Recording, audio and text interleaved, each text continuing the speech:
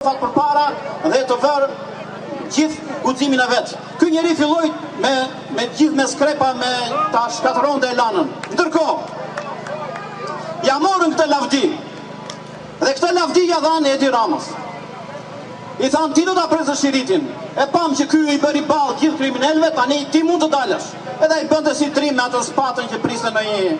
Edhe mori lavdin e Mitatavarit. Edhe gjithë njerëzve të tjerë që ishin kundra kësaj gjë. Çfarë filloi ky njeri të bënte? Unë si artist, që ta dini, unë quhem Vladimir Llagaj, kam bërë. Rama do ta japi dorëheqjen. Nuk ka ku të shkojë. Lumi popullor fshin çdo lloj pislëku.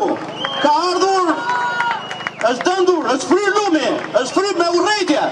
Do ta japi dorëheqjen. Por ne flasim dhe bëjmë analiza që ta nxjerrim të çveshur këtë lloj njeriu përpara mediave botërore, që bota të kuptojë realisht se çfarë ka bërë ky njeri. Ky sa erdhi më një herë filloi, unë kam bërë këtë, më fal që ju ndërpreva, kam bërë një ekspozitë mbi betonizimin e Shqipërisë. Në 2100 kam parashikuar mafjen e betonizimit. Mund të kem qenë njeriu i parë që kam folur për betonizimin.